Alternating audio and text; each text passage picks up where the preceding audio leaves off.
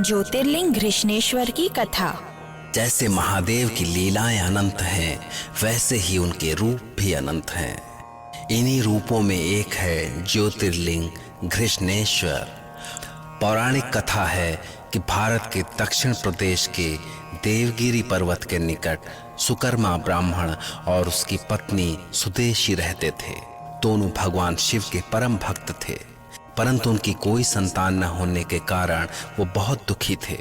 इसलिए जब सुदेशी ने अपने पति को मजबूर किया तो सुकर्मा ने अपनी पत्नी की बहन घुष्मा के साथ विवाह कर लिया। उसकी दूसरी पत्नी घुष्मा भी शिव की अनन्य भक्त थी और शिव की ही कृपा से उसे एक पुत्र की प्राप्ति भी हुई। पुत्र प्राप्ति से घुष्मा का मान और भी बढ़ गया, पर इस कारण सुदेशी उससे ईर्ष्या करने लगी। जब घुष्मा का पुत्र बड़ा हो गया तो उसका विवाह कर दिया गया और यह सब देखकर सुदेशी के मन में और अधिक ईर्ष्या हो गई। इसके कारण उसने इस पुत्र का अनिष्ट करने की योजना बनाई और एक बार रात में जब सब सो गए तो उसने घुष्मा के पुत्र को छुरी से मारकर उसके शरीर के टुकड़े टुकड़े कर दिए और उसे उस सरोवर में डाल दिया जिसमें घुष्मा प्रतिदिन पार्थिव लिंग का विसर्जन किया करती थी।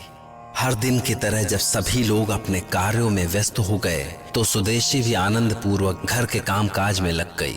परंतु जब कुछ देर बाद बहू नींद से जागी तो उसने बिस्तर को खून से सना हुआ पाया।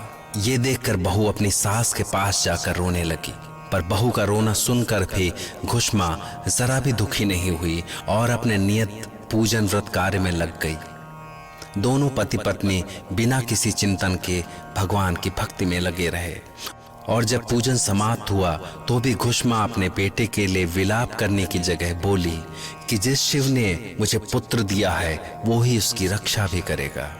आज भी वो पहले की तरह ओम नमः शिवाय का जाप करती हुई पार्थिव लिंगों को लेकर सरोवर तट पर गई। जब उसने लिंगों को तालाब में प्रवाहित किया तो उसका पुत्र सरोवर के किनारे खड़ा दिखाई पड़ा। अपने पुत्र को देखकर घुष्मा प्रसन्नता से भर गई।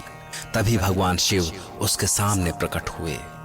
भगवान शिव ने घुष्मा की भक्ति से प्रसन्न होकर कहा कि यदि तुम चाहो तो मैं तुम्हारी बहन को उसके किए का दंड दे दूं। परंतु घुष्मा ने महेश्वर से प्रणाम करके कहा, सुदेशी मेरी बड़ी बहन है, अतः आप उसकी रक्षा भी करें, आप उसे क्षमा करें देव। उसने मेरे लिए बुरा किया तो मैं उसका बुरा क्यों करूं। भगवान शिव घुष्मा के ऐसे विचारों को सुनकर अत्यंत प्रसन्न हुए और उससे कोई वरदान मांगने को कहा। घुष्मा ने कहा, हे महादेव, यदि मुझे वर ही देना चाहते हैं तो आप लोगों की रक्षा और कल्याण के लिए सदा यहीं पर निवास करें।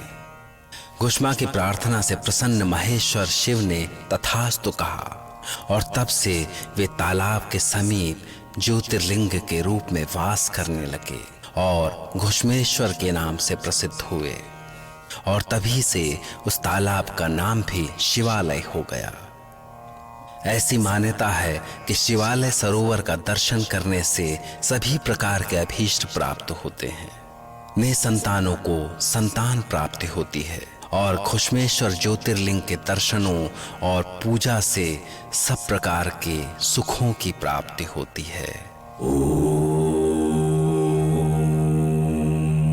नमः शिवाय।